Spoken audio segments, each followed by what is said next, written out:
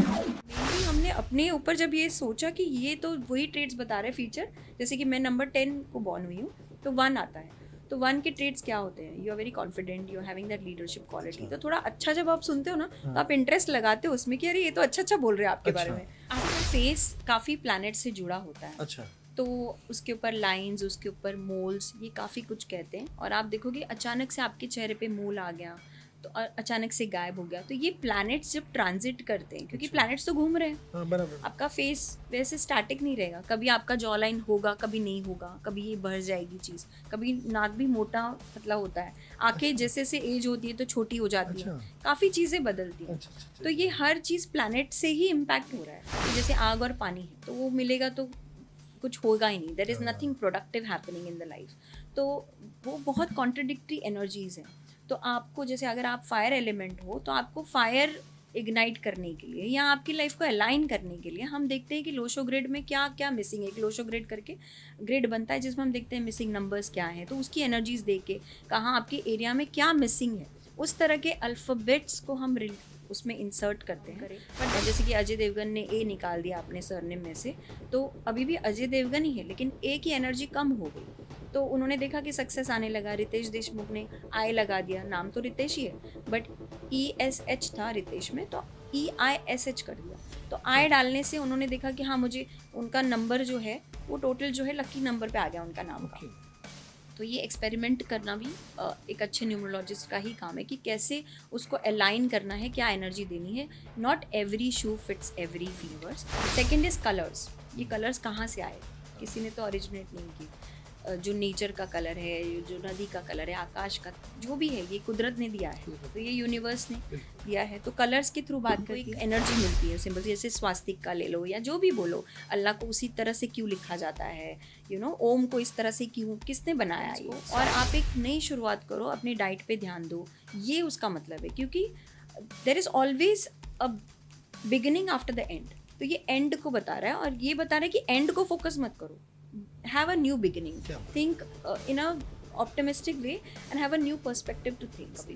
तो डेविल के साथ अगर कुछ ऐसे काज आ गए जहाँ पे हमको दिख रहा है कि फ्रेंड सर्कल इनके टॉक्सिक हैं, तो आपको समझ में आ जाएगा कि इनको एडिक्शंस में ले गए हैं। तो इस तरह की स्टोरी लाइन बन जाएगी अपने आप ही। कार्ड वो एक स्टोरी आपको एज ए हीलर हमको इंट्यूटिवली दिख जाता है कि ये स्टोरी लाइन फॉर्म हो रहा है, तो हम उनको पूछते हैं एंड देन क्रॉस चेक करते हैं, and then when we get the कि यस, हाँ ऐसा है कि हमारे कुछ दोस्त हैं जो ऐसे करते हैं वैसे, तो हम उनको खुद फिर गाइड करते हैं कि इसमें से आपको निकलना है। क्योंकि स्ट्रेंजर्स को पढ़ना भी इतना इजी नहीं है। कई बार वो अपनी स्टोरी नहीं मतलब बता रहे होते कि एज अ वो विक्टिम ही प्ले करेंगे। वो यही बोलेंगे, उनसे क्या गलतियाँ हैं वो नहीं बोलेगा कोई भी। सपोज मैरिज के लिए कोई आया तो ये नहीं बोलेगा कि मैं ही झगड़ता हूँ अपनी बीवी से, ये बोलेंगे कि बीवी मुझे तंग कर रही है। मतलब मैं नहीं बोलती हर क्लाइंट वैसा होगा, but half story is not known to you, you do not know the different dimension of that story। तो उसमें क्या करते हैं हम लोग, न्यूमरोलॉजी से उनका डेट ऑफ बर्थ ले लेते हैं, उनकी नाम की एनर्जी भी देखती हूँ, उनके एस्ट्रोलॉजिकल एस्पेक्ट को भी देखती हूँ। मेरी क्लाइंट थी, उनको मैंने कहा कि ये चीज़ नहीं करना, तो वो ऐसे था कि उनको किसी से प्यार हो गया। तो उन्होंने कहा कि मैं अपने फ्रेंड्स के साथ बोल के अपनी फैमिली को जा रही हूँ, किसी और कंट्री में उनको जाना था कि मैं घूमने जा रही हूँ, बट मैं वहाँ पे मैरिज के लिए जा रही हूँ। तो मैंने उनको कहा कि आप वहाँ नहीं जाएं, मैरिज नहीं करें अभी, ये टाइम सही नहीं है आपका मैरिज में आने के लिए। तो कही नहीं, मेरे बॉयफ्रेंड पे मुझे बहुत भरोसा है, तो मैं तो बस प्यार में हूँ और वो कह रहे हैं आना है तो अब हाँ, वरना फिर बाद में नहीं आना और फैमिली में फिर बहुत प्रॉब्लम्स आ जाएगी, करना है तो अभी करना है। तो मैंने उनको कहा कि ये समय तो सही नहीं है डिसीजन के लिए। उन्होंने मेरे से पूरा पूछ के लिया, बट किया उन्होंने अपना ही, एंड वही हुआ जो 3 महीने बाद उनका मुझे कॉल आता है और उन्होंने कहा कि वो वहाँ गई और वो वहाँ फंस गई। कि अगर लाइफ में आपको बहुत ज़्यादा परेशानी आई ना, तब ग्रोथ का टाइम है।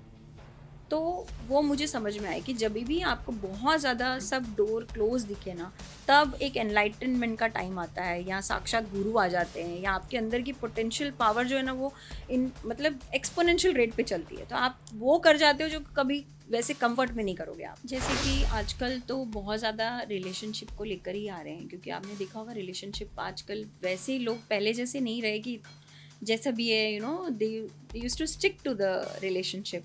हमारे पेरेंट्स में भी काफ़ी झगड़े तू मैं होती थी, बट वो पूरी ज़िंदगी निकाल ली उन्होंने। बट आजकल के बच्चे वैसे नहीं है, तो ज़्यादातर एस्ट्रोलॉजी से यही देखते हैं कि कुंडली उनकी दोनों की मैच होगी कि नहीं होगी। फिर करियर के लिए आते हैं काफ़ी सवाल कि भाई आउटसाइड सेटलमेंट होगा कि नहीं, करियर के लिए अच्छी प्रमोशन कब, मतलब प्रमोशन या अच्छा डिज़ायर्ड जॉब कब मिलेगा, इस तरह के क्वेश्चन आते हैं। तो हम कुंडली से देखते हैं थ्रू द प्लैनेट्स का ट्रांजिट था, मैंने बताया। लेकिन एक कपल था जिसने कहा कि नहीं, हम नहीं मानते ये।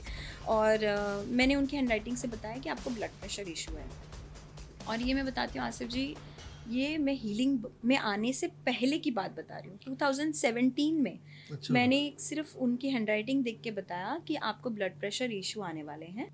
हाय, आज हमारे गेस्ट हैं प्रीत कुमार मोटवानी, जो एस्ट्रोलॉजर भी है, टैरो कार्ड रीडर भी हैं और प्लस न्यूमरोलॉजिस्ट भी हैं। पहले से एक्चुअली एक ज़माना रहा है कि इस पे से इन सारी चीज़ों को लेकर लोगों ने बहुत ही विश्वास किया है। तो कई लोगों की ऐसा मानना भी है कि उनकी ज़िंदगी भी बदली है।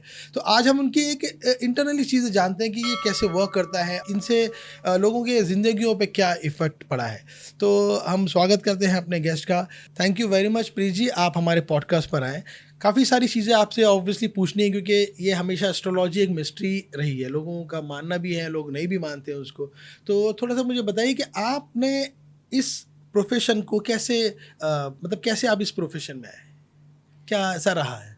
तो सबसे पहले मैं बोलना चाहूँगी कि ये प्रोफेशन से दूर दूर तक कोई नाता नहीं था मेरा। मैं मैथ्स की प्रोफेसर हूँ और अकाउंट्स की प्रोफेसर हूँ, 12th ग्रेड को पढ़ाती हूँ और काफ़ी साल से यही मेरा डोमेन रहा है। लेकिन कुछ चीज़ें ना आपकी लाइफ में सिग्नल्स देती हैं आपको। तो जैसे मैं एज 14 की थी, तो हमारी मम्मी, आपको याद होगा कि हमारे टाइम पे प्लास्टिक देकर लहसुन या हमारे इस तरह की पुरानी बुक्स, जो रद्दी वाला आता है, हाँ उससे हाँ हाँ लेते थे। हाँ, बिल्कुल। तो मम्मी ने हमारी प्लास्टिक दिया और उनके बदले में हमने कुछ बुक्स खरीदी, उसमें न्यूमरोलॉजी की बुक हमने पिक कर ली। अच्छा। तो ये मुझे लगता है कहीं ना कहीं यूनिवर्स के थ्रू आती है चीज़ें। तो नंबर्स को देख के उसके पेज पे हमने बुक ले ली। और ज़ोडियाक साइंस के ऊपर भी एक बुक थी लिंडा गुडमैन्स की, तो जो वो बहुत पॉपुलर है, आपने अच्छा। सुना ही होगा नाम। तो वो भी हमने उठा ली। अच्छा। तो जब पढ़ने लगे तो मेरा भाई इतना इंटरेस्ट नहीं दिखाया, लेकिन हमने चेरोस की बुक पढ़ ली। तो नंबर्स के बारे में हमें पता चला कि नंबर्स कैसे अफेक्ट करते हैं आप जो डेट ऑफ बर्थ पे बॉर्न हुए। तो हमने थोड़ा थोड़ा प्रिडिक्शन देना शुरू किया क्लास में, जैसे कि हम होशियारी मारने के लिए करते हैं कि चलो हाँ। हम बताते हैं कि आप नंबर 1 बॉर्न हो। तो मेनली हमने अपने ऊपर जब ये सोचा कि ये तो वही ट्रेड्स बता रहे फीचर, जैसे कि मैं नंबर 10 को बॉर्न हुई हूँ, तो 1 आता है। तो 1 के ट्रेड्स क्या होते हैं? You are very confident, you are having that leadership quality. तो थोड़ा अच्छा जब आप सुनते हो ना, तो आप इंटरेस्ट लगाते हो उसमें कि अरे ये तो अच्छा अच्छा बोल रहे हैं आपके बारे अच्छा। में। तो 2021 में जब इनकी जॉब गई तो मुझे लगा कि सबने बोला कुंडली दिखाओ, क्या है इनकी कुंडली में देखो। तो मैंने कहा कुंडली दिखाने से तो मैं ही पढ़ लेती हूँ कि हमारी कुंडली में है क्या आखिर। तो क्या? बीच बीच में ऐसे लाइव सिग्नल देती गई, जो कि मैं आपको आगे बताऊंगी कि कहाँ कहाँ हुआ। लेकिन मेन हुआ 2021 में। तो मैंने पूरा ही एस्ट्रोलॉजी सीखा, टैरो रीडिंग सीखा और काफ़ी मोडालिटीज़ ऐसे सीखी जिससे मैं समझ सकूँ कि मेरी लाइफ में क्या हो रहा है, मेरे हस्बैंड की लाइफ में क्या हो रहा है। मैं किसी और से क्यों पूछूँ, कोई और क्यों बताए कि आपकी कुंडली में क्या है। तो ये जो बिल्कुल। जज्बा था वो कहीं दबा था, तो वो उभर के बाहर आ गया और एकदम से मैंने इंटरेस्ट में बहुत कुछ कर लिया, बहुत सारे कोर्सेज। एंड ऐसा डीप पोर्शन तो मैं करती ही गई, जो कि नहीं सोचा था वो भी। न्यूमरोलॉजी से लेके, एस्ट्रोलॉजी से लेके, टैरो से लेके, फेस रीडिंग बोलो, एंजल थेरेपी बोलो, हीलिंग कोड्स बोलो, आप काफ़ी चीज़ें, एनर्जी पे भी वर्क किया मैंने।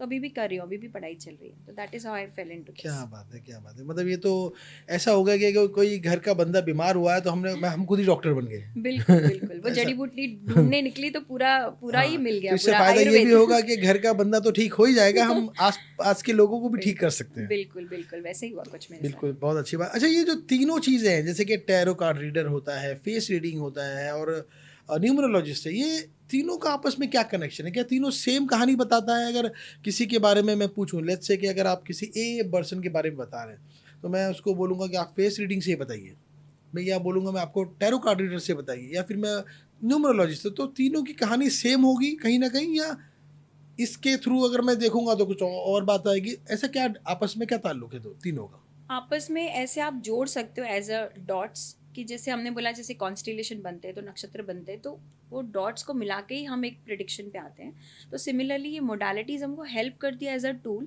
लेकिन सबकी अपनी अपनी एक स्पेशलिटी है। जैसे कि अगर हम टैरो की बात करें तो ये करंट एनर्जीज़ को बताती है। तो ये एक प्रोजेक्टिव साइकोलॉजिकल चीज़ है जो हमको कार्ड से दिखने मिलता है।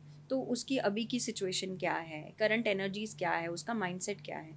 नंबर्स जैसे मैंने बताया आपको, प्लैनेट्स के बारे में बताएगा कि उनके प्लैनेट्स क्या बोल रहे हैं उनके बारे में, उनके फीचर्स क्या है, वो किस तरह बिहेव करते हैं। और फेस भी उनके फेशियल एक्सप्रेशन से आप उनके इमोशंस, आप जैसे कि आपको स्माइल से आपको मिल रहा है तो ऑब्वियसली ये तो कोई भी बच्चा बोलेगा कि खुश लग रहा है, और आप जिनको जानते हो उनका चेहरा देख के आप भी बता सकते हो कि आज ये दुखी लग रहा है, भले वो आर्टिफिशियल स्माइल कर रहे हो। तो ये एक्सप्रेशंस को जब हम पढ़ते हैं तो इनका जो एनर्जी है इसको भी हम पकड़ते हैं, और सबको जब हम मिला के कैलकुलेटिव हम प्रिडिक्शन या गाइडेंस देते हैं तो ये सभी कहीं ना कहीं लिंक पे जुड़े हैं, but every modality has a different way of getting through that. Okay अच्छा, जैसे आपने बताया कि फेस को देख के तो हो सकता है कि कुछ लोग इतने इतने ज़बरदस्त एक्टर हैं कि आप उनकी फेक मुस्कुराहट पहचान ही नहीं पाएंगे, तो उस वक्त कैसे जज कर पाओगे? उसके लिए तभी तो हम कह रहे हैं कि हम ना डेट ऑफ बर्थ का भी अच्छा, सहारा लेते हैं, अच्छा, न्यूमरोलॉजी। तो मैं कैसे करती हूँ अपने क्लाइंट्स के साथ, इस विद्या को भी हम बहुत डिटेल में जब प्रैक्टिस करेंगे तो वो वहाँ भी पकड़ लेते हैं हम। लेकिन अच्छा, हर चीज़ को मैं बोला ना, जैसे कि विद्या है तो प्रैक्टिस में इट मेक्स यू परफेक्ट। तो आप एग्जैक्टली पहले पहले नहीं, लेकिन एक पॉइंट पे आप जान ही लोगे। जैसे आप अपने घर वालों का भी फेक चेहरा तो आप खुद जान लोगे, you know, somewhere you get to know. उनकी आईज कुछ और बोल रही हैं पर चेहरा कुछ बोल रहा है, तो उनके आव भाव कुछ और बोल रहे हैं, बॉडी का पोस्चर, लैंग्वेज, बहुत चीज़ें होती है जो ऐड होती है। It's not just the expression कि आपने स्माइल कर ये दिया बात सही है। तो आप भी वो पकड़ लेते हो कहीं ना कहीं। True true. बट येस, हमारे पास भी स्ट्रेंजर्स ही आते हैं तो हम उनको तो नहीं समझ पाते फर्स्ट ग्लैंस में। हम कोशिश करते हैं, इसलिए therefore we use different modalities to come to a conclusion, ताकि हम ऐसा कुछ ना बोले कि, क्योंकि ये भी बहुत एक ऐसी प्रोफेशन है जिसमें हम बोलने से पहले बहुत ज़्यादा हमको सोचना पड़ता है क्योंकि उसको कि लाइफ को उसके फर्क पड़ हाँ, सकता और है। हमारी बोली हुई बात कोई कोई बहुत ज़्यादा सीरियसली लेते हैं, क्योंकि वो हमारे पे बहुत होप या आस रख के आते हैं। क्योंकि कोई भी, जैसे डॉक्टर के पास कोई अच्छी स्टेट में नहीं जाता, वैसे हीलर्स के पास भी कोई True. खुश होके नहीं आता, सही दुखी सही होता बात। है हाँ, या परेशान होता है तो आते हैं। तो हाँ। हमारी हर बोली हुई बात उनकी लाइफ में कैसे गाइडेंस या मोटिवेशन क्रिएट करे, ये हम देखते हैं। तो हम सारी मोडालिटीज़ को, इसलिए मैंने बहुत सारी मोडालिटी सीखी कि मैं एक चीज़ को एक तरह से नहीं देखूं, हर एंगल लगा के देखूं और फिर एक प्रिडिक्शन पे आऊँ। Very good. अच्छा, जैसे कि ऐसा मानना है प्रीत जी, जैसे कि किस्मत कोई बदल नहीं सकता, राइट?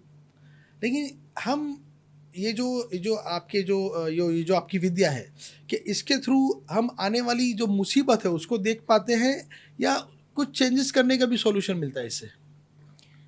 तो एक होता है हमारे कार्मिक पैटर्न्स, जो कि हम उससे निकल नहीं सकते, लेकिन उससे निकलने के लिए हमको स्ट्रेंथ देने के लिए ये मोडालिटीज़ हम यूज़ करते हैं, ये हीलिंग टूल्स हम यूज़ करते हैं। जैसे आप अगर अवेयर हो जाओ कि सामने जाके थोड़ा सा एक गड्ढा आने वाला है, तो आप थोड़ा सा टर्निंग से चलोगे, या यूल बी अवेयर कि मुझे जंप करके जाना है। तो अगर आपको पता ही नहीं और ऑल ऑफ अ सडन आप किसी खड्डे में गिर गए तो आपको चोट लगने की ज़्यादा चांसेस है। तो ये एक आपको सिर्फ एक जैसे हम बोलते हैं कि नेविगेट करेगा कि आगे ये मुसीबत आने, जैसे कि आपको आपको सिग्नल दे देगा। सिग्नल दे देगा, तो आप प्रिपेयर हो जाओ। और उसको कैसे प्रिपेयर करना है उसके लिए हम फिर कुछ तंत्र, यंत्र, मंत्र, जिस तरह से जाप करते हैं, या कुछ यंत्र को यूज़ कर सकते हैं, टूल्स को यूज़ कर सकते हैं। हीलिंग के ज़रिए हम उनको कैसे उनका माइंड शिफ्ट करते हैं, ये कि भाई या तो वो स्ट्रांग हो जाए, या तो फिर कुछ कार्मिक पैटर्न से निकलने के लिए उनके कुछ डोनेशंस वगैरह हैं जो उनको हेल्प करेगा हील करने के लिए, ये भी हम करते हैं। अच्छा, जैसे कि मान लो, जैसे अभी मैं वापस से अगर फेस रीडिंग पे आता हूँ, तो ऑब्वियसली आप नाक देखकर, आँख देखकर और बाकी के सारे उन लोगों का क्या है, मान लो कि किसी ने प्लास्टिक सर्जरी करवा ली अपनी, तो उसको आप कैसे वो फेस रीडिंग पे फिर वापस से दूसरे फैक्टर लगाने पड़ेंगे, ऐसा है? आपका फेस काफ़ी प्लैनेट से जुड़ा होता है, अच्छा, तो उसके ऊपर लाइंस, उसके ऊपर मोल्स, ये काफ़ी कुछ कहते हैं। और आप देखोगे अचानक से आपके चेहरे पे मोल आ गया तो अचानक से गायब हो गया, तो ये प्लैनेट्स जब ट्रांजिट करते हैं, क्योंकि अच्छा। प्लैनेट्स तो घूम रहे हैं, हाँ, बराबर। आपका फेस वैसे स्टैटिक नहीं रहेगा। कभी आपका जॉ लाइन होगा, कभी नहीं होगा, कभी ये बढ़ जाएगी चीज़, कभी नाक भी मोटा पतला होता है, आंखें अच्छा। जैसे जैसे एज होती है तो छोटी हो जाती है, अच्छा। काफ़ी चीज़ें बदलती हैं। अच्छा, अच्छा, अच्छा, तो ये हर चीज़ प्लैनेट से ही इम्पैक्ट हो रहा है, क्योंकि Okay. उस सृष्टि में जो चल रहा है उसका कहीं ना कहीं से रेज आपके ऊपर इफेक्ट कर रहे हैं। तो प्लास्टिक सर्जरी से हम उसको मॉड्यूलेट तो कर लेते हैं, लेकिन अंदर का क्या, आपके अंदर की सोच, अगर आपने उसको अलाइन किया उसके साथ, तो डेफिनेटली मीन टू से आपको आप स्ट्रक्चर चेंज कर दोगे, बस एक्सप्रेशन चेंज नहीं कर पाओगे। यस, ट्रू ट्रू, हाँ। एग्जैक्टली आपने सही पकड़ा। तो यही मैं बोलना चाह रही हूँ कि आप ये अंदर का माइंडसेट नहीं चेंज कर सकते। जैसे अगर आप किसी का क्रिमिनल माइंड है पर वो ऊपर से चेहरा ऐसे प्लास्टिक सर्जरी से दूसरा बन जाए, लेकिन आपका वो माइंडसेट ही आपको उसके रिजल्ट्स देगा। तो जैसे कि प्लास्टिक सर्जरी वगैरह भी कर दी तो इससे आपका कॉन्फिडेंस बढ़ सकता है, लेकिन उस फ्रीक्वेंसी पे आपको भी वाइब्रेट करना पड़ेगा। ट्रू। अच्छा, एक और चीज़ मैं आपसे पूछना चाहूँगा, जैसे कि काफ़ी लोग हैं, अक्सर सेलिब्रिटीज़ को हम लोग जानते हैं जो अपने नाम के आगे एक डबल एस लगा देते हैं, मतलब कुछ भी लगा सकते हैं। तो उसका क्या फंडा है, मतलब क्यों लोग लगाते हैं, मतलब कि या अपने आप को सक्सेस करने के लिए या बैंक बैलेंस बढ़ाने के लिए, क्या है?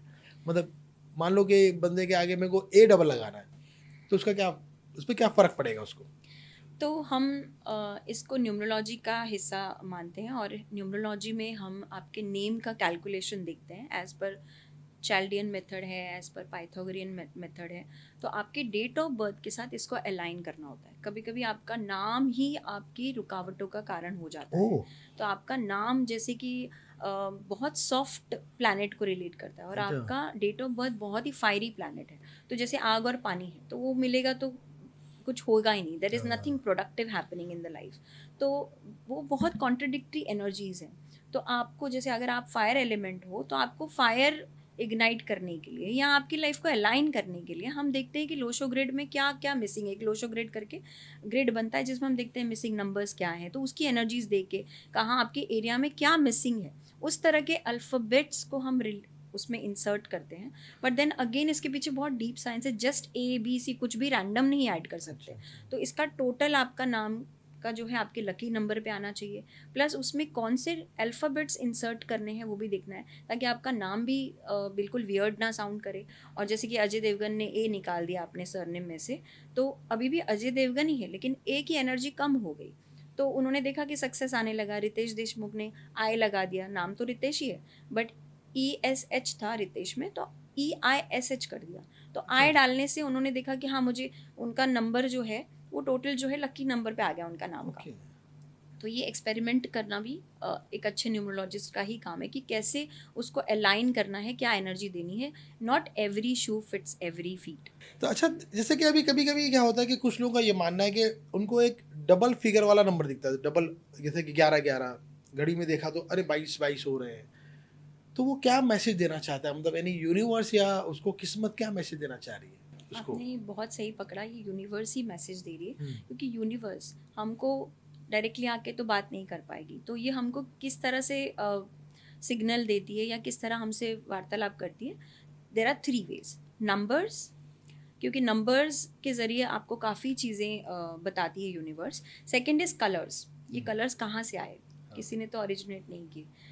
जो नेचर का कलर है, जो नदी का कलर है, आकाश का जो भी है, ये कुदरत ने दिया है, तो ये यूनिवर्स ने दिया है, तो कलर्स के थ्रू बात करती है। And the last is the symbol, यानी कि शेप्स। तो जो भी शेप्स हमको दिख रहे हैं उसका कुछ एक मायना होता है या हमको एक एनर्जी मिलती है सिंबल। जैसे स्वास्तिक का ले लो या जो भी बोलो, अल्लाह को उसी तरह से क्यों लिखा जाता है, ओम को इस तरह से क्यों, किसने बनाया ये स्वास्तिक और ये सब सिंबल्स, ये सब ना हमको एक एनर्जी डिपिक्ट करते हैं, तो हमको एक सिग्नल देने आते हैं। तो जैसे 111 की बात की आपने, ये एंजेलिक नंबर माना जाता है, और ये हमको बताने आता है कि आप राइट पाथ पे हो, आप राइट ट्रैक पे चल रहे हो, खाली आप कॉन्फिडेंट रहो और डिसीजन मेकिंग एबिलिटी को आप फर्म रखो अपनी। तो ये यूनिवर्स से एक सिग्नल आता है हमको कि आप 111 की एनर्जी को कैसे लेते हो। तो 111 इज एंजलिक, गार्डियन एंजल के नंबर्स भी बोला जाता है। तो इसको डीकोड हम हीलर्स इस तरह करते हैं कि आप देखते हैं कि कितने क्या नंबर्स की एनर्जी है उसमें। जैसे 11 always tell you about do not have that self doubt, आप अपने ऊपर भरोसा रखें and you are on the right path. So आप बी अ गिवर ऑल्सो, तो आप देते रहें कुदरत को तो आपको मिलता रहेगा। 2 की बात करते हैं तो ये टोटल आता है 6 पे, तो ये अगेन ये हार्मनी की बात करता है। और 2 एज इन 2 जो है वो मून से भी रिलेटेड है, तो अपने इमोशंस को आप कंट्रोल करें, ये बोल के जाता है 2 क्योंकि इसमें बहुत सारे 2 हैं। तो 2 इज़ चंद्रमा से तो हमारी पूरी काफ़ी हमारा इम्पैक्ट होता है, क्योंकि बॉडी में 90% पानी है जो कि मून से ही कंट्रोल होता है। जैसे हाई टाइड लो टाइड है, तो हम हिंदू माइथोलॉजी या इवन कुरान जो आप ईद फॉलो करते हो, तो चांद पे ही सब कुछ होता है। सारे आपके फेस्टिवल्स भी ज़्यादातर जो ईस्टर्न कंट्रीज़ हैं उनके फेस्टिवल्स पूरे मून के रिलेटेड होते हैं। मून साइडिंग भी होता है जी, तो मून का जो साइकिल है वो बहुत इंपॉर्टेंट है। तो 222 जो है मून से रिलेटेड होता है, और प्लस ये बताता है कि आप अपने इमोशंस को कंट्रोल करें, चैनलाइज करें अपनी एनर्जीज को, तो आप एकदम हार्मनी में रहोगे। अच्छा, थोड़ा सा टैरो कार्ड जो रीडर होता है उसके बारे में मैं थोड़ा सा जानने में उत्सुक हूँ। जैसे कि मान लो कि किसी के कार्ड में डेविल या डेथ का तो इसका मतलब क्या होता है? मतलब बुरा ही होता है या मतलब कुछ और भी निकाला जा सकता है इसका? लिटरल सेंस में डेथ नहीं होता यहाँ पर, क्योंकि टैरो एक स्टोरी लाइन बनाती है। अगर अच्छा। आपने कुछ क्वेश्चन पूछा है तो हम उसमें डेथ कार्ड अगर आ गया तो उसको कैसे पढ़ते हैं वो भी डिफरेंट एस्पेक्ट्स में पढ़ा जाता है। There is, if the question is related to health, if it is related to relationship, career, money, there can be an number of problems a person is facing. तो इसको एक तरह से नहीं पढ़ते हम। तो डेथ का मतलब अगर किसी ने हेल्थ में पूछा तो ये नहीं कि आप मरने वाले हो, ऐसा कुछ नहीं है। हाँ। इसका मतलब है कि आपने अपनी हेल्थ को इग्नोर किया है, तो you have not taken care of your health. तो आपका अभी रीबर्थ का टाइम है, आप ट्रांजिट में हो कि ओके। आप चेंज करो अपने हैबिट्स को, पैटर्न्स को, और आप एक नई शुरुआत करो, अपनी डाइट पे ध्यान दो। ये उसका मतलब है, क्योंकि there is always a beginning after the end. तो ये एंड को बता रहा है, और ये बता रहा है कि एंड को फोकस मत करो, हैव अ न्यू बिगिनिंग, क्या बात think in a optimistic way and have a new perspective two things. अच्छा। और उसी तरह से डेविल की आपने जैसे बात की, तो डेविल भी वैसा डेविल नहीं बता रहा है, ये आपके एडिक्शंस को बताता है। जब भी ये कार्ड आता है तो बताता है कि आप किसी रॉन्ग पैटर्न में हो, या ऐसी कुछ हैबिट्स कर रहे हो जो आपके लिए फ्रूटफुल नहीं है। तो सपोज करियर के लिए भी है, तो आप प्रोक्रास्टिनेट कर रहे हो, तो वो हैबिट्स को आपको शेड ऑफ करना है, श्रग ऑफ करना है। और आप खुद देखोगे आपके भीतर की क्या हैबिट्स है या पैटर्न्स है जिसको आपको चेंज करना है। It's time to shift, it's time to break the pattern and move ahead with a very good planning. Whatever you are doing, you should not do that. Specially जो negative आपको खुद को लगा, और अंदर से सबको पता ही होता है कि क्या ब्लॉक है, एग्जैक्टली। बट ये सुनना चाहते हैं हीलर से।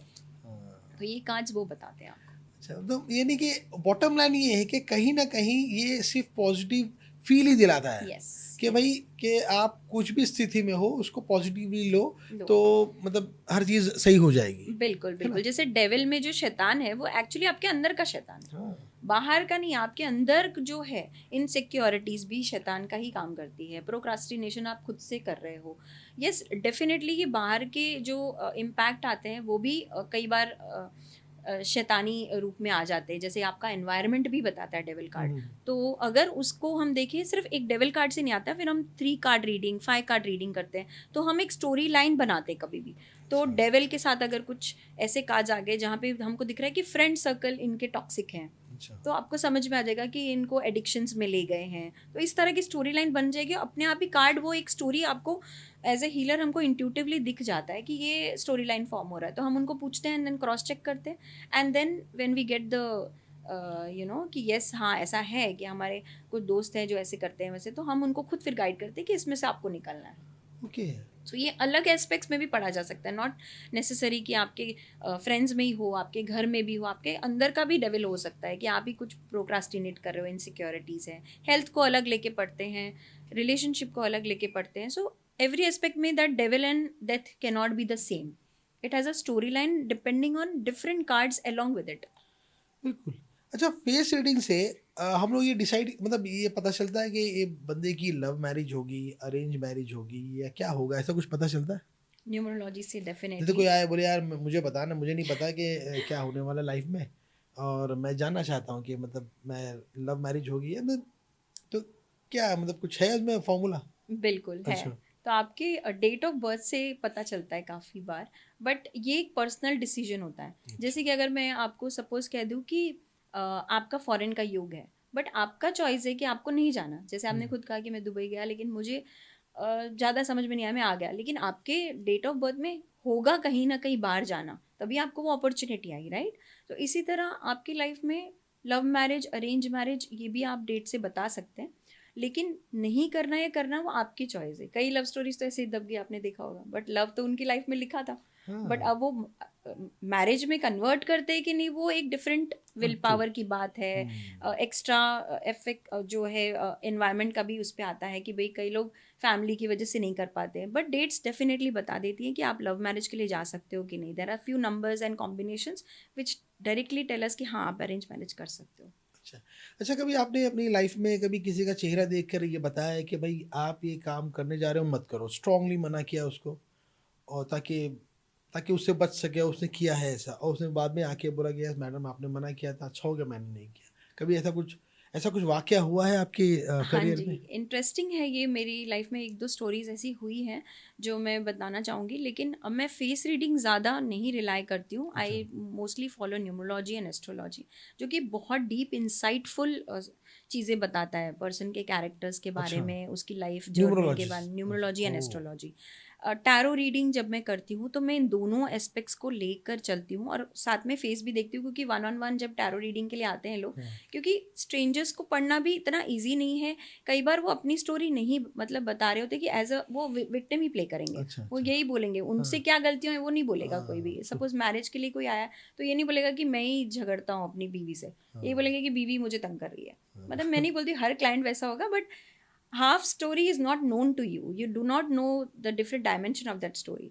तो उसमें क्या करते हैं हम लोग, न्यूमरोलॉजी से उनका डेट ऑफ बर्थ ले लेते हैं, उनकी नाम की एनर्जी भी देखती हूँ, उनके एस्ट्रोलॉजिकल एस्पेक्ट को भी देखती हूँ।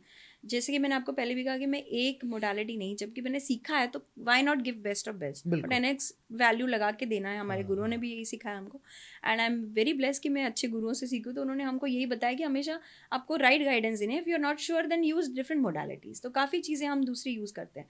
तो एक इंसिडेंट ऐसे हुआ मेरे पास कि मेरी एक क्लाइंट थी, उनको मैंने कहा कि ये चीज़ नहीं करना। तो वो ऐसे था कि उनको किसी से प्यार हो गया, तो उन्होंने कहा कि मैं अपने फ्रेंड्स के साथ बोल के अपनी फैमिली को जा रही हूँ, किसी और कंट्री में उनको जाना था कि मैं घूमने जा रही हूँ, बट मैं वहाँ पे मैरिज के लिए जा रही हूँ।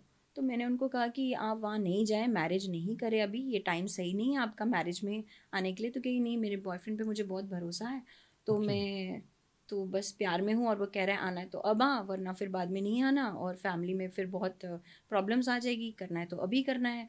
तो मैंने उनको कहा कि ये समय तो सही नहीं है डिसीजन के लिए। उन्होंने मेरे से पूरा पूछ के लिया, बट किया उन्होंने अपना ही, एंड वही हुआ जो 3 महीने बाद उनका मुझे कॉल आता है और उन्होंने कहा कि वो वहाँ गई और वो वहाँ फंस गई, वो आ ही ओके। नहीं पाई। फिर काफ़ी प्रॉब्लम्स में आ गई वो, और उनको जाने ही नहीं मिला वापस, कंट्री से एग्जिट ही नहीं दिया उन्होंने, अच्छा ये अच्छा बोल के अच्छा। कि लीगली अब तुम हमारी वाइफ हो, ओह। तो अब नहीं जाने देंगे। तो ये तो अच्छा है कि उनके फादर इन्फ्लुएंशियल थे, तो उन्होंने काफ़ी एड़ी चोटी का जोर लगाया और उनको निकाल के लाए वहाँ से बाहर।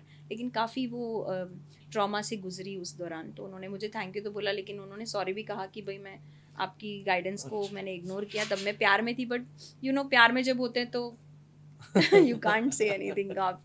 हाँ, प्यार अंधा होता है ना? बिल्कुल बिल्कुल बिल्कुल। अच्छा, जैसे कि कभी आपने अपने प्रॉब्लम या अगर आपकी लाइफ में कुछ ऐसा लगे तो कभी खुद के लिए आपने कभी कुछ इस तरह का फॉर्मूला इस्तेमाल किया है? सभी को ये बोलना चाहूँगी आपके इस शो के माध्यम से कि अगर लाइफ में आपको बहुत ज़्यादा परेशानी आई ना, तब ग्रोथ का टाइम है। तो वो मुझे समझ में आया कि जब भी आपको बहुत ज़्यादा सब डोर क्लोज दिखे ना, तब एक एनलाइटनमेंट का टाइम आता है, या साक्षात गुरु आ जाते हैं, या आपके अंदर की पोटेंशियल पावर जो है ना वो इन मतलब एक्सपोनेंशियल रेट पे चलती है, तो आप वो कर जाते हो जो कभी वैसे कंफर्ट में नहीं करोगे आप। तो मुझे लगता है ये मेरे अंदर के इसको निकालने के लिए ही ये टफ टाइम मेरी फैमिली पे आया, कि मुझे पता चले कि मेरे अंदर क्या है और ये सब मैं कर सकती हूँ, और मैं एक माध्यम बन सकती हूँ दूसरों को हील करने के लिए। ये सिचुएशन मेरी लाइफ में आई, तो इसको मैंने डेफिनेटली पहले जब समझा, पढ़ा, और अलाइन करने के लिए मैंने मेरे हस्बैंड का नाम चेंज किया। तो अच्छा उनका नाम कुमारी है, लेकिन अच्छा उसमें अगर आप देखो तो अभी वो लिखते हैं W। अच्छा। तो जब ये मिराकल होने लगे और मैंने जब आसपास देखा कि जो मैं बोल रही हूँ, जैसे किसी को पेन है तो मैं अगर आपको कुछ एक मैजिकल चैंट दे रही हूँ, तो आप 2 मिनट 3 मिनट वो चैंट करते हो और वो आप हील हो रहे हो। तो मुझे जो रिजल्ट आने लगे, मुझे लगा अरे यार ये तो मैजिकल है सच में। तो मतलब इसको अलग लेवल पे लेके जाना चाहिए। तो हमने आसपास डेफिनेटली घर में सब पहले तो आपको वही पूछने आएंगे कि मेरा बताओ मेरा बताओ मेरा हाँ हाँ, बताओ। बिल्कुल तो बिल्कुल। वैसा हो गया। तो हस्बैंड का फ़ोन नंबर चेंज किया, मेरा फ़ोन नंबर चेंज किया, चीज़ें मूव ऑन होने लगी। तो जब मूव ऑन होने लगी, पॉजिटिव शिफ्ट आने लगा, तो वो बिलीव है ना आपका बढ़ जाता है। और जब आप देखते हो कि मैजिक होने लगा और आपके ज़रिए होने लगता है, but always this will not happen in a, मतलब एक नाइट में नहीं होगा। आपको उस पर फेथ रखना चाहिए और इंटेंशन आपका क्लियर होना चाहिए कि आप क्यों कर रहे हो। तो करना तो था तभी तो कर दिया कि भाई और तो कुछ हो नहीं रहा है, लेट्स डू इट एंड सी। तो जब मिराकल होने लगे तो लोग, आपके आसपास वाले लोग भी, मुझे भी बताओ मेरा भी, तो उनको भी जब हम बताने लगे तो ये चीज़ें मूव ऑन होने लगी उनकी लाइफ में भी। तो लगा कि हम माध्यम बनने के लिए शायद ये हमारा लाइफ पर्पस था। जी। अच्छा, ये एस्ट्रोलॉजी जो है, एस्ट्रोलॉजी तो ये है प्रोडिक्शन के ऊपर होता है, तो इसमें कैसे आप प्रोडिक्ट करते हो, मतलब किसी चीज़ को लेके या आने वाले माहौल को लेके या इंसान की लाइफ में क्या होने वाला है, तो जैसे कि कैसे क्लाइंट आपके पास आते हैं और ये क्या किस बारे में वो आपसे एस्ट्रोलॉजी या प्रेडिक्शन मांगते हैं? जैसे कि आजकल तो बहुत ज़्यादा रिलेशनशिप को लेकर ही आ रहे हैं, क्योंकि आपने देखा होगा रिलेशनशिप आजकल वैसे लोग पहले जैसे नहीं रहे कि जैसा भी है, you know, they used to stick to the relationship. हमारे पेरेंट्स में भी काफ़ी झगड़े तू मैं होती थी, बट वो पूरी ज़िंदगी निकाल ली उन्होंने। बट आजकल के बच्चे वैसे नहीं हैं, तो ज़्यादातर एस्ट्रोलॉजी से यही देखते हैं कि कुंडली उनकी दोनों की मैच होगी कि नहीं होगी। फिर करियर के लिए आते हैं काफ़ी सवाल कि भाई आउटसाइड सेटलमेंट होगा कि नहीं, करियर के लिए अच्छी प्रमोशन कब, मतलब प्रमोशन या अच्छा डिज़ायर्ड जॉब कब मिलेगा, इस तरह के क्वेश्चन आते हैं। तो हम कुंडली से देखते हैं थ्रू द प्लैनेट्स का ट्रांजिट। तो प्लैनेट्स जैसे मैंने बोला घूमते रहते, तो उनका जो डेट ऑफ बर्थ है पर्टिकुलर प्लेस पे हुआ, टाइम पे हुआ, तो उनका एक कुंडली बन जाता है। उस पे अब हम देखते हैं कि ट्रांजिट जो है प्लैनेट्स का, तो हर प्लैनेट अलग चीज़ बोलता है। जैसे जुपिटर घूम रहा है, तो वो आपकी लाइफ में जब घूम के कोई एक पर्टिकुलर प्लेस पे आता है और वो कंजंक्शन में होगा किसी प्लैनेट के साथ, तो आपका प्रमोशन होगा। अच्छा। तो वीनस अगर घूम के आ रहा है चार्ट में और उसके साथ कुछ और भी एस्पेक्ट्स हम देखते हैं, तो पता चलता है कि शादी की योग अब होंगे। तो उससे हम बता सकते हैं, क्योंकि हमको कैलकुलेशन पता है कि कितना घूमने वाला है हर प्लैनेट, कितने समय तक, कितना समय लगाता है वो एक जोडियाक से दूसरे जोडियाक में जाने के लिए। तो सबका अलग कैलकुलेशन होता है। तो हम वो ट्रांजिट से देखते हैं कि आपकी शादी कब होने वाली है, प्रॉमिस कब है, योग कब है, ये हम देख के बताते हैं। तो जैसे कि लोहा गर्म है, अब मार दो हथौड़ा, तो बोलने का काम हो जाता है। अच्छा। तो वैसे अगर आप ढूंढते ही रहो तो आपको शादी के लिए, क्योंकि आपका योग ही नहीं है अभी, तो आप कितना भी ढूंढ लो तो होगा नहीं। तो ये हेल्प करता है आपको कि अब एनर्जी वहाँ डालनी है कि नहीं डालनी है। अगर सपोज आपने बाहर के लिए वीज़ा अप्लाई कर दिया, लेकिन अगर आपके योग में ही नहीं है, प्रॉमिस ही नहीं है आपके चार्ट में बाहर जाने का, तो आप बेकार के पैसे दिए जा रहे हो एजेंट को। तो ये हेल्प करता है आपको।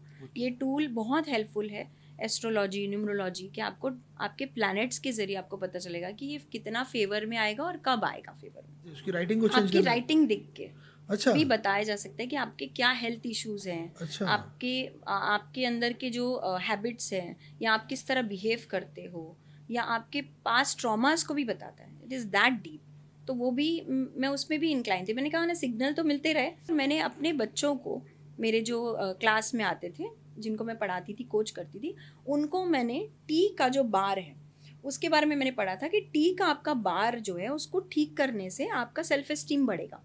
तो काफ़ी बच्चों में मैंने देखा कि लो कॉन्फिडेंस है, फोकस नहीं है, मेमोरी नहीं है। उसके लिए मैंने 2-3 चीज़ें उनके अल्फ़ाबेट्स में जैसे यूट्यूब से पढ़ी और वैसे उनको बताई, अप्लाई की, और आप देखोगे उनकी लाइफ में शिफ्ट आया। अच्छा। तो ये अमेजिंग हुआ। वापस मुझे एक सिग्नल तो मिल ही रहा था स्ट्रांगली कि ये प्रीत, तुझे तो इसको अलग लेवल पे लेके जाना है। बट और आपके ज़रिए जब वो मैजिक होता है ना, तो एक अलग ही फीलिंग आती है। You feel on the top of the world कि अरे यार, और किसी का भला हो तो मुझे ना इंटेंस खुशी मिलती है कि अरे मैं किसी की हेल्प कर सकूँ। ये मेरे लिए अंदर से ही था। और अब मुझे पता चलता है कि क्यों है, क्योंकि आप बने ही उसके लिए हो। आपका लाइफ पर्पस या ऑक्यूपेशन वगैरह ठीक है, आप अपने कर्म कर रहे हो, लेकिन एक पर्पस होता है आपकी लाइफ का। तो वो मेरा पर्पस ही था। बार बार लाइफ कहीं ना कहीं मुझे वहाँ खींच के लेके जा रही थी, बट मैं उसको समझ नहीं पा रही थी। तो मैंने अपने बच्चों को बताया। देन मेरे जो बच्चे हैं उन्होंने अपनी फैमिली को बताया कि मैम ने ना ऐसे ऐसे चीज़ें बताई है कि मेरी हैंड राइटिंग में है, तो ये वाकई मेरे में है। तो वो लोग और लेके आने लगे सैम्पल्स कि मैम इसका पढ़ दो, उसका पढ़ दो। तो एक बार मेरी एक स्टूडेंट है, वो अपनी बुआ का लेके आई। तो मैंने उनको कहा कि बेटा ये तो थोड़ी सी कनिंग है, ये तो थोड़ी सी श्रूड है, आई एम सो सॉरी ऐसे बोल रही हूँ मैं, लेकिन उन्होंने कहा कि आपको कैसे पता चला? एक्चुअली आपने नहीं बोला, वहाँ से जो निकला वो आपने बताया। जो निकला वो मैंने बताया। मैंने कहा बेटा किसकी हैंड राइटिंग है, थोड़ी सी सेल्फिश है। तो उन्होंने कहा कि ये तो हमारी आंट की है और ये ट्रू है। तो उसने जाके अपनी मम्मी को बताया, तो अब मैं तो हिट हो गई वो सर्कल में। तो एवरीबडी वाज इनवाइटिंग कि आप दिवाली पे आओ। वैसे भी बीइंग अ टीचर ना आपको बहुत ज़्यादा रिस्पेक्ट मिलती है, और एज ए हीलर भी मैं बोलूँगी। तो जो भी इसमें मैं थी, तो टीचर्स के हिसाब से मुझे बुलाया गया, और वहाँ पे उन्होंने कहा कि ये ना प्रिडिक्ट करती है हैंड राइटिंग देख के। तो मैंने कहा मुझे लाइमलाइट में मत लाओ, मैं इतनी माहिर नहीं हूँ, 1-2 स्ट्रोक पढ़े हैं, हाँ। वो भी क्यों, क्योंकि मैं एज ए गुड मदर कहीं अपने बच्चों को पुश कर सकूं, और एज ए गुड टीचर बच्चों को मोटिवेट कर सकूं। तो उन्होंने कहा ठीक है, जो भी है बताओ। तो वहाँ पे एक बहुत दिलचस्प चीज़ हुई कि काफ़ी कपल्स ने मुझे अपनी हैंडराइटिंग बताई, लेकिन उसमें से काफ़ी लोगों ने रेजोनेट किया। तो जितना भी मुझे वो विद्या का पता था मैंने बताया, लेकिन एक कपल था जिसने कहा कि नहीं, हम नहीं मानते ये। और मैंने उनकी हैंडराइटिंग से बताया कि आपको ब्लड प्रेशर इशू है।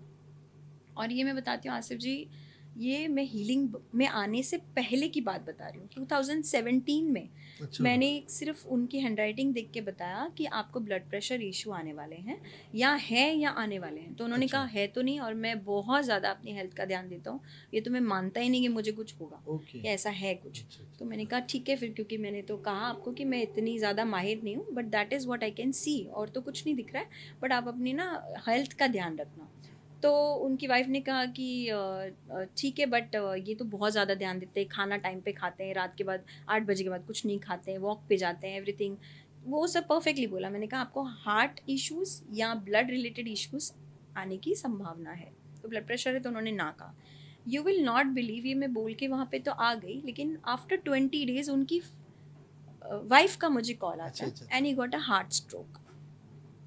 ही got a heart stroke and I got goose bumps कि यार मैंने क्या बोल दिया उनको, मतलब हार्ट इशू आने वाला है, मैंने कहीं ऐसा बोल के तो मैनिफेस्ट कुछ नहीं कर दिया। मैंने बहुत बाबा जी को, वाहिगुरु जी को बोला कि I don't know why, you know, कि ऐसा तो नहीं। बट उसकी वाइफ ने कहा नहीं, आपने जो विद्या थी वो आपने देख कर राइट बताया, और उनको all of a sudden BP shoot हो गया और स्ट्रोक आ गया, जो कि इतना ध्यान दे रहे थे। तो मैं बोलती हूँ कि ये साइंस अगर आप अच्छे से समझो तो कभी कभी वो चीज़ें दिख नहीं रही होती सरफेस पे, पर डीप डाउन कहीं ना कहीं वो काम कर रही है, क्योंकि हैंडराइटिंग भी आपके सबकॉन्शियस को बताती है। तो मैंने उनका बी देखा था, जो कि मैं दर्शकों को बताना चाहूँगी कि उनका बी बहुत फ्लक्चुएटिंग था। बी का ओपन होना इज ब्लड प्रेशर इशू, और बी कभी वो ऐसा लिख रहे हैं, कभी वो बी ऐसा लिख रहे हैं। तो बी का ओपन होना, और प्लस बी डिफरेंट तरीके से लिख रहे हैं बार बार बार बार, तो B is for blood pressure, is also related to heart issues. तो इस तरह हर अल्फ़ाबेट का एक ऑर्गन के साथ रिलेशन है, माइंडसेट के साथ रिलेशन है, आप इससे काफ़ी कुछ बता सकते हो। अच्छा प्रीत जी, मैं आपसे एक सवाल करता हूँ। जैसे कि आप यूएई में सेटल हैं ऑब्वियसली, तो वहाँ पर भी प्रैक्टिस करती हैं आप। तो ऑब्वियसली यूएई जो है पूरा गल्फ है, इस्लामिक कंट्री है। तो इस्लाम धर्म में प्रिडिक्शन को नहीं माना जाता। जी। ठीक है, जैसे मैं खुद भी मुस्लिम हूँ, तो अगर कोई मुझसे बोले कि भाई मतलब कि आने वाले दिनों में क्या हो, तो हम इस बात को नहीं मानते। जी। ये हमारा बिलीफ है। तो आप ऐसे कंट्री में रहकर ऐसे प्रोफेशन को कैसे चलाती हैं? तो मैं इसमें ये बोलना चाहूँगी कि मैं भी खालसा पंथ से हूँ, तो हम लोगों में भी ये नहीं बिलीव करते, क्योंकि प्रिडिक्शन देने का काम उसी का ही है, वही हमको बस नचाता है। तो मैंने जैसे बोला, इसको प्रिडिक्शन के जैसे नहीं, हम गाइडेंस के जैसे यूज़ कर सकते हैं कि कहाँ कहाँ आपको आपकी इनर पोटेंसीज को बाहर लाना है, इनर स्ट्रेंथ को चैनलाइज करना है, कि आपको रास्ता मिले वो तकलीफ वाले सिचुएशन से निकलने के लिए, और कब तक वो तकलीफें आने वाली है उससे थोड़ा सा हम उनको गाइड कर देते हैं कि आप, मतलब जैसे कि अभी आप लाइफ जैकेट पहन के चलो कि बुलेट आने वाले हैं आपके ऊपर, sorry just giving an example. तो आप बस अभी कि आपके ऊपर कुछ तकलीफ आने वाली है, तो आप कैसे, बारिश होने वाली है तो आप छाता खोल लो। तो इस तरह की गाइडेंस देंगे जहाँ कि आपको थोड़ा सा एक ईज आउट हो जाएगा कि उस सिचुएशन से आप निकल जाओ। तो डेफिनेटली मैं भी उतना नहीं यूज़ करती हूँ ये साइंस को। जैसे अभी मैं हर चीज़ पे अगर निकालने लग जाऊँ तो इम्यूनिटी वीक हो जाएगी। जैसे बोलते हैं ना, हम थोड़ी सी सर्दी खांसी पे अगर हम पैरासीटामोल लेते ही रहेंगे तो एक पॉइंट पे आपकी इम्यूनिटी वीक हो जाएगी। और कुछ मैं बिलीव करती हूँ, कर्मा इज़ वेरी इंपॉर्टेंट। तो अगर आप छोटी छोटी मुसीबतों के लिए भी ये यूज़ करते रहोगे ना, तो आपका वो बैगेज कहीं ना कहीं तो बड़ा बन के आएगा ही आएगा। तो छोटी छोटी मुसीबतें झेलते रहो एंड लर्न फ्रॉम इट, मैं बोलूँगी। But use it when it is extremely needed, when you are stuck, when nothing is happening in your life, you're like done with all your potencies, आप करके, थक हार के, यू नो, अब there is no light scene, तब जाके अब आपको यूज करना है तो ये टूल यूज कर सकते हो। Correct. मैं पर्सनली ये बिलीव करती हूँ। यहाँ पे आपने इसकी बात की थी यूएई की, तो काफी सही सहमत हूँ मैं आपकी बात से कि लोग नहीं मानते इस विद्या को, और मैं पर्सनली भी नहीं प्रमोट करती हूँ बहुत ज्यादा कि आप देखते रहो। मेरे खुद के बच्चे हैं, मैं उनको चाहती हूँ कि फाइट करें अपनी डेली लाइफ को और वो चैलेंजेस से स्ट्रांग बन के आए, लेकिन वहाँ के लोग मैंने देखा है टैरो को बिलीव करते हैं, स्पेशली अरबिक लोग। तो I am not putting them in a category of Muslims या ऐसे कुछ, लेकिन टैरो को बिलीव करते हैं वो लोग, उस एनर्जी को बिलीव करते हैं, क्योंकि वो एनर्जी तो है, ये तो आप भी मानोगे कि कहीं ना कहीं वो काम कर रही है एनर्जी।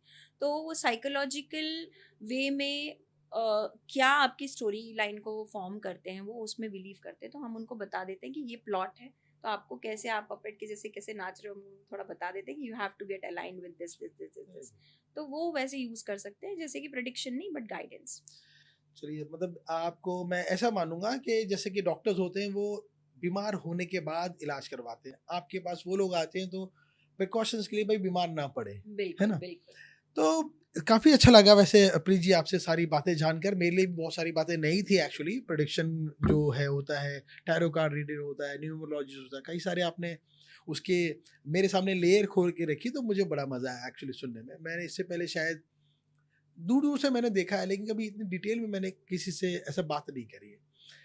तो ये थी हमारी गेस्ट प्रीत कुमार, जो एस्ट्रोलॉजर जैसे मैंने बताया हुआ, जो एस्ट्रोलॉजी में भी है, न्यूमरोलॉजिस्ट में भी है और अपना टैरो कार्ड रीडर भी है, और ये प्रैक्टिसिंग है। मुंबई में भी इनका सेटअप है, इनका सेटअप दुबई के अंदर भी है, यूएई के अंदर भी है।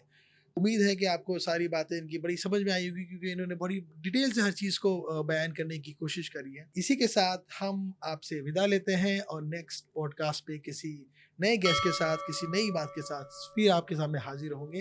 तब तक के लिए अपना ख्याल रखिए। Preet ji, thank you very much. Thank you Asif ji, thank you audience. Thank you.